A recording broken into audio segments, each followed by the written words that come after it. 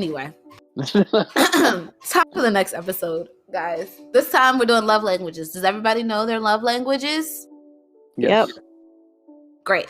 Cool. So we'll go through. I need to pull them up because I'll never remember all of them and I always forget one. Love language. Greg got a lot of editing to do because I'm talking in the middle. I'm sorry. He ain't new to this. He true to this. Yes, if he gets it on time. Gets it to me on time. Does this shit, man. Go ahead and start. I had to pull up something from my reference. I'm trying to be professional here. Thank you. Okay. What it is, little dummies, it's your girl, Diva XOXO, and this is episode 6 of Chop It Up. I have a very special guest with me who I am loving getting to know, and it is Prez from the DMV Anime Club. Hey. Okay. And then, of course, I got my guy, Galaxy Greg here. What's good? Also, it's episode 7. It's your boy, Galaxy Greg. The fuck? No, it's not. It's 6. It's 7. All right, fine. Oh, shit. I called the last one 6, and you guys just let me run with it. Whatever. We have DJ T. Jones here. What's up, everybody? The last one was 6. So Did I you're say right. You called I it thought I said 5. 5. I'm looking at Called the it folder 5. right now. We have 1, 2, 3, 4, and 5. Whatever. We're here. We're queer. Well, I am. So, and this episode, we're going to be talking about love languages. If you don't know, your love language is how you give and receive love. So it's not just how you receive it, it's also how you give it. But what I've also learned just over the years about love languages that people don't remember is not just like with your partner. This also applies for like friends, siblings, like the whole shebang. So let's dive into it. How do I want to do this? We'll just go around. We'll start with our guest, Prez. What is your love language? So my love language is gifts, and I hate telling people that. Because people make you seem like you're materialistic? Yeah, exactly. Yeah, they see it as, oh, you want, big, expensive, whatever. And I'm just like, that's not, it could be something small. It's more so just a physical representation of affections. But people who don't really know about love languages just assume, I'm asking for a Birkin, See, and those are really hard to get. And that's the issue. Yeah, that's the issue I come across because I'm the person that likes to give gifts, and people think, people are like, whoa, you're getting me a gift. It's like, no, I just like to show my appreciation by getting you something, like just showing me. But yeah. Okay. What is your love language? Is it giving? Is it giving and receiving? Yours, TJ. Oh, my love language is definitely touch. It doesn't have to be anything sexual. Even like you just like me holding you, or just like laying together, arm around you. You guys saw my text message recently. Mm-hmm. We know the message she's talking. Yes, you don't know Prez, but we know the message, and it's all about the love. Let's just know vibes. Somebody just laying in my lap, just like that. It's just like a physical connection. Yeah. So. I get that one. My girlfriend's love language is physical touch. So imagine her being in a long distance relationship. She's dying right now. Love you, babe. But yeah, it's like sometimes it's just the little things. Like if you're walking, just holding hands, and I'm just like, you don't have to hold my hand. I'm a big kid. I got it. I can cross the street. Speaking of child, Galaxy Greg, what's your love language? I was like, I don't know who the fuck she talking to. I'm a grown ass man. Last time I checked, I paid my own bills. You a grown ass little brother. Right. Yeah, I'm her little big brother. Let's get this shit right. Let's get this shit. My love language is touch. I like to touch people. I like to be touched. I like to touch. Like, I prefer it. Unlike TJ, I prefer it to be sexual. Me personally. But like, I'm okay with you touching my head, like scratching my shit, or touching my head and rubbing my shit. God, that was the best. When I had my dreads, playing my dreads. Yo, you cannot say that's the best when I just said rubbing my head. Oh, that's what you were talking about. You were talking about that head. I said scratch and then rub. So you feel me? But please don't scratch that head.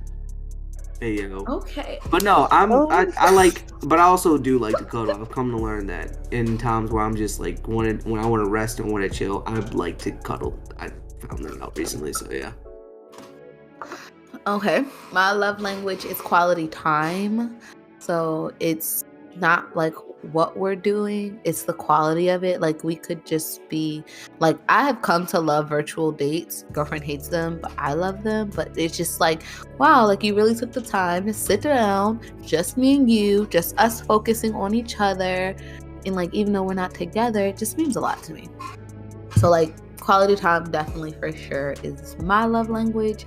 And I guess my next question for you guys is, how do you like I guess, what's your favorite example of your love language from a partner? Doesn't have to be sexual. Like, I guess in Prez's case, like, what's the best gift you got?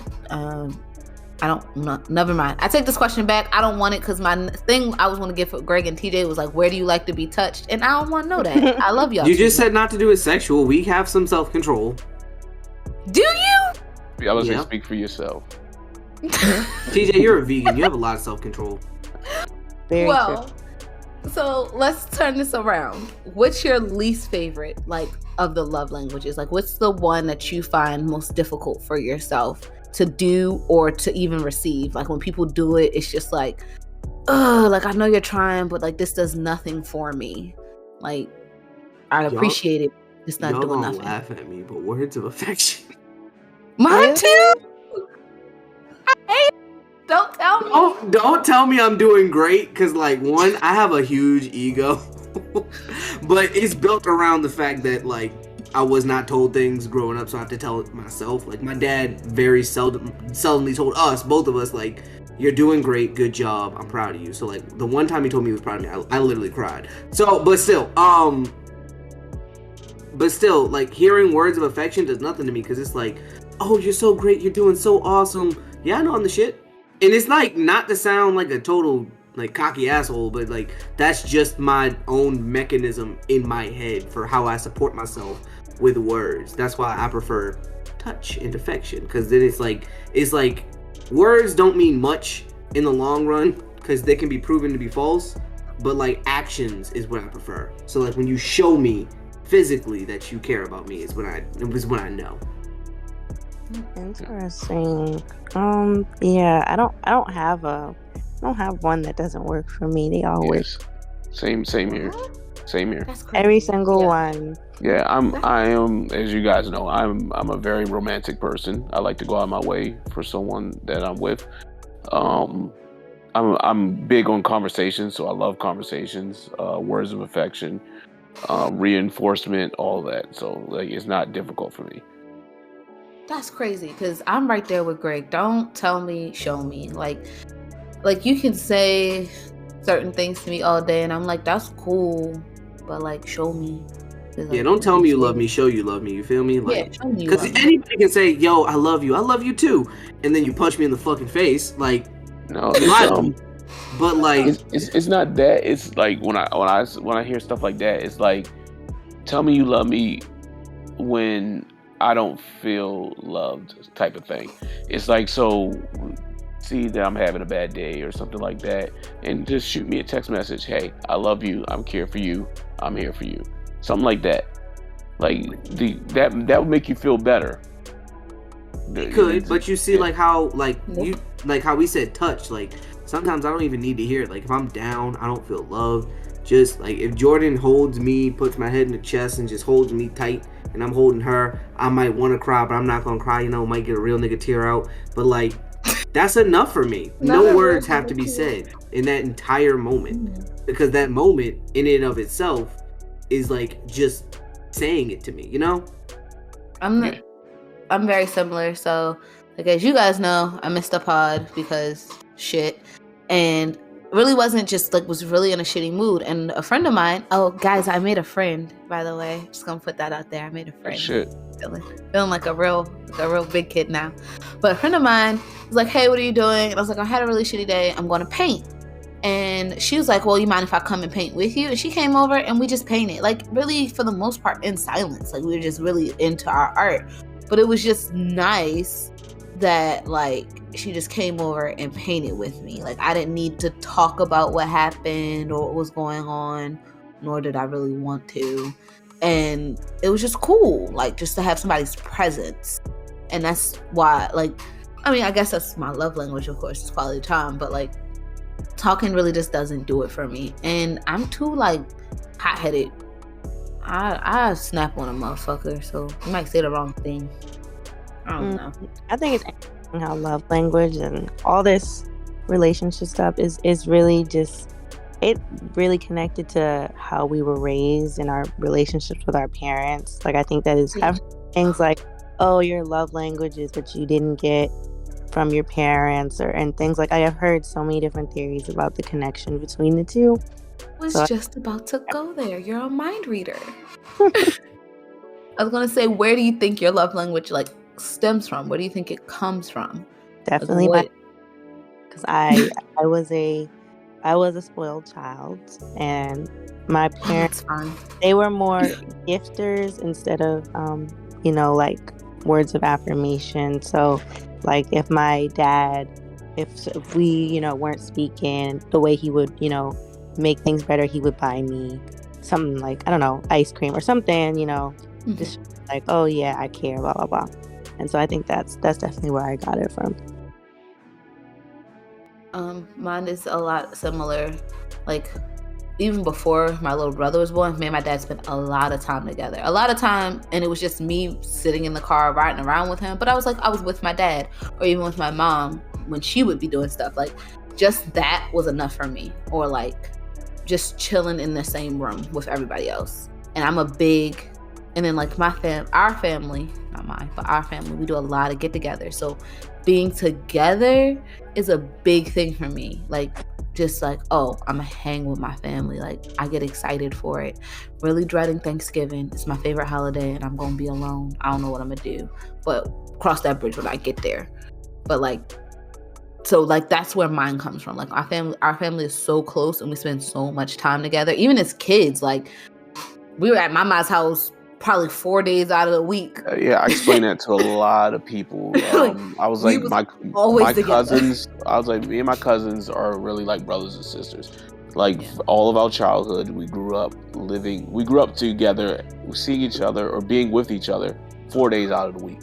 Yep. Through like our whole childhood, all the way through high school, we always were with each other almost every single day of the week. Yep. And if you wasn't there, people was questioning, where was you at? We was all together. Yeah. Y'all just made me think, like, because Ben's all like, oh, traveling with mom and dad. And I'm like, I hated that shit. Don't put me in the car and drive around with me. And then I'm thinking, like, what would make me think that physical touch is my love language? Like, we didn't get hugs. We didn't. My dad tried to hug me, and it was weird. He was like, my therapist said I should hug you guys more. He hugged me, and I was like, what is this? What are we doing here? I was confused. But then it made me think, although we didn't hug, me and my dad were two people who were very physical. Like, we'd play fight all the time. He'd mess with me. He wouldn't, like, hug me. He'd, like, put me in headlocks. But, yeah, he'd tickle us. Like, that. Until we peed. Evil. Until you peed. I never pissed myself. Well, I just told myself. Yeah, you snitched on yourself. But like that was his way. And my mom, she did hug me. My mom would hug me. She would always want to touch me and would hold me. But like my dad, with him, that was how we showed affection. It was very rough, but still, that's how he let me know that he cared. So I guess that's how it translates. I guess. Yeah, that makes sense. I don't know. I'm no psychiatrist. I'm not. It's not my major. I actually got a D in that class. D's get degrees. Remember that, kids. Lie. If it's not your major, it is. It's the truth. You ain't wrong on that. I'm not. How have you found that your love language negatively affected your relationship? I'd be too horny. Okay. That part. That's the long and short of it. Like, I could spit some bullshit, but let's get right to the meat and potatoes. I'd be too horny.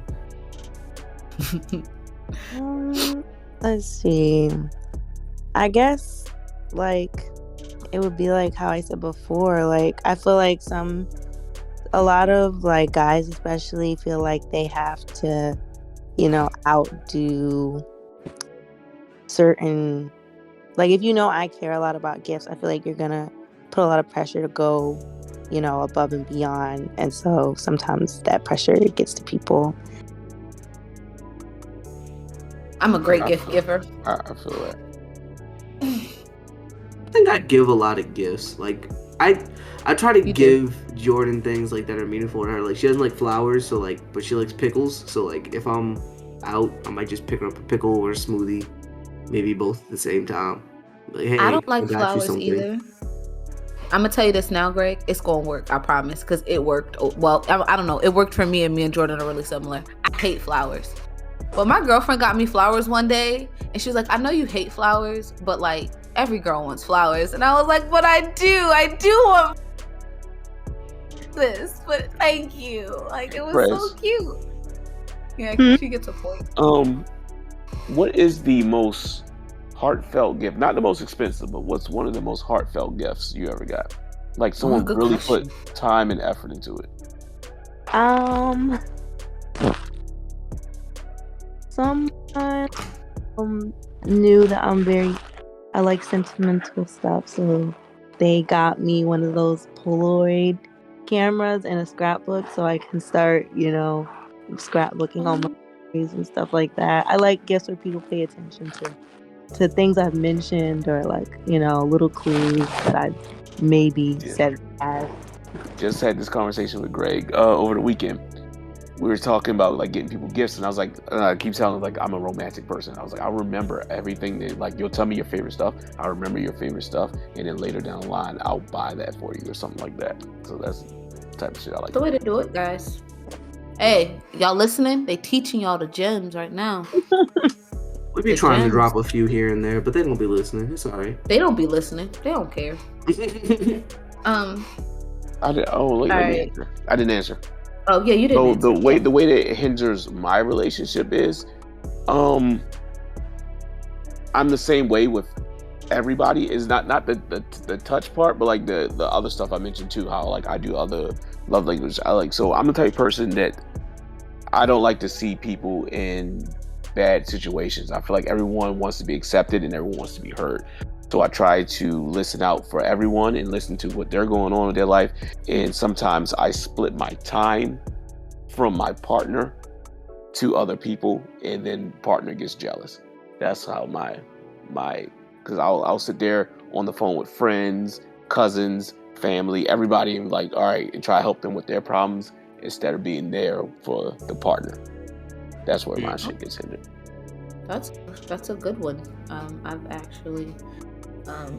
Greg, do you want to talk about yours first, or is yours still too horny? No, like, so in my relationship, Jordan her love language is quality time.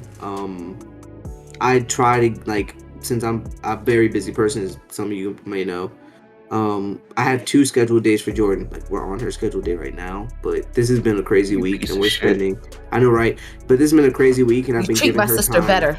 Can y'all just listen to me and let me talk? Trying to vilify me. But I've been giving her time outside of her regular days. Like the other night, instead of streaming, after I got home early from stroll practice. I got home at like 8. And after that, we just watched Demon Slayer till like 10 o'clock. So the time that I would have gave her today, I gave her another day.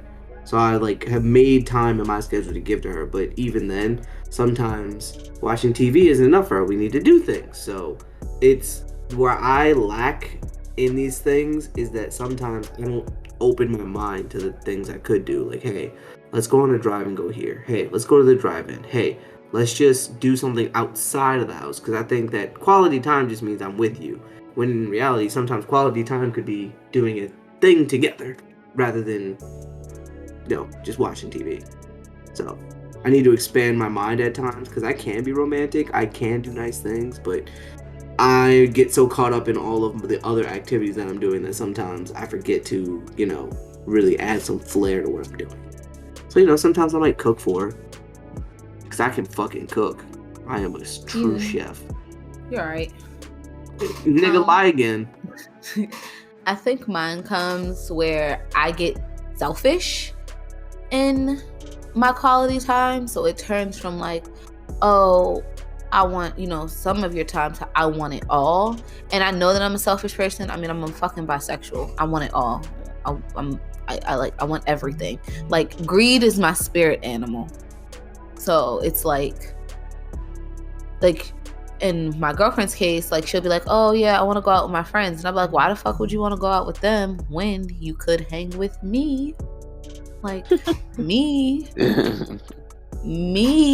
And she's just like, I can't. She's like, I would love to hang with you all the time, but that's not healthy. And she does a really good job at like keeping me in check and being like, hey, we've seen a lot of each other. Let's take a break, but like, you go do something, I'll go do something, and we will come back. And I'm like, you sure? You promise you'll come back? But I get greedy in the time that I want, and sometimes that comes off kind of mean because I'd be like, fuck your little friends, they're not fucking you, what do you care? So I have to work on that. It just being like letting my person not be a we all the time, and be able to be a I and then be a you, and us not always be a us. Yes, ma'am. Practice makes perfect, but I just love her, I guess. Don't tell her I said that. Don't need her head getting big, thinking she could leave me or something. But on that note, I'm going to end the podcast there. I just want everybody to remember that love is love, and no matter how you give or receive love, there is no right or wrong way. The fact that you are trying to love and trying to give it and trying to receive it is an amazing thing. So on that note, can we get your socials, Prez? Yeah, you can follow me on IG, Twitter, TikTok, all those socials at the blacktaku. And you can also follow the D&B Anime Club on all those same socials at D&B Annie Club. DJ P. Jones. Thought trap, please. You can follow me on Instagram, timeless_T Jones. That is TJONEZ. And Galaxy, Greg, where can we find the podcast? You can find the podcast on Apple Podcasts, Spotify, and YouTube. We are on YouTube. There's less episodes on YouTube than everything else. I gotta catch up. When you got 55 episodes and counting, it's a lot of work. But go check us out there. Make sure to write us 5 stars on those when you go and check us out. Like, share, subscribe, all that fun stuff. And then you can find me on Instagram, YouTube, Twitter, and Twitch. I stream Mondays and Wednesdays 8 until 10. Be sure to check me out at Galaxy Greg, GA18XYGR3G. Didn't do this. Oh wait, can y'all hear me? I'm back. Okay. Yep. I didn't do this last episode, and I forgot. I'm so sorry, Niles. But make sure to follow our boy Niles at Nelitron on all DSPs. He does all the background music and beats for our episodes for the Bmore Nerdy Podcast and for Chop It Up, and we really appreciate him. So make sure you follow him because he's dope as fuck. And on that note, you can follow me, Diva XOXO, at always_the_diva on Instagram. And remember to be more nerds. Boom. Peace out.